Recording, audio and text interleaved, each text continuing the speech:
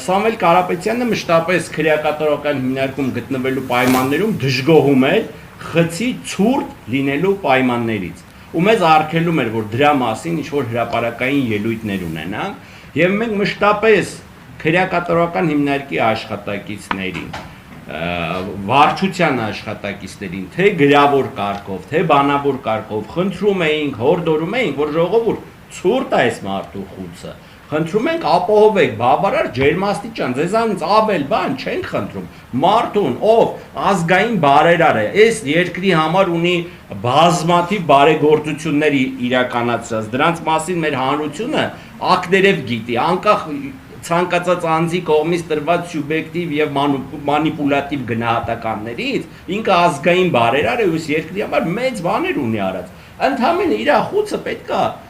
ջերուցել, խնդրում ենք այդ ջերուցումը կամ շուտ միացրեք, կամ գոնե մի հատ այն էլեկտրական ինչ-որ սարքավորմամբ ջերուցեն։ Ոչ մի ձև չջերուցեցին Սամվել Կարապետյանի խուցը,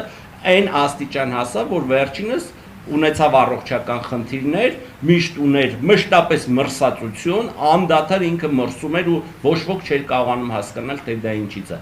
Ու հասանք նրան, որ իր մոտ ախտորոշվեց երկկողմանի թոքաբոր, նաև հաստատվել է արդեն 2 օր առաջ կովիդի առկայությունը, որը բավականին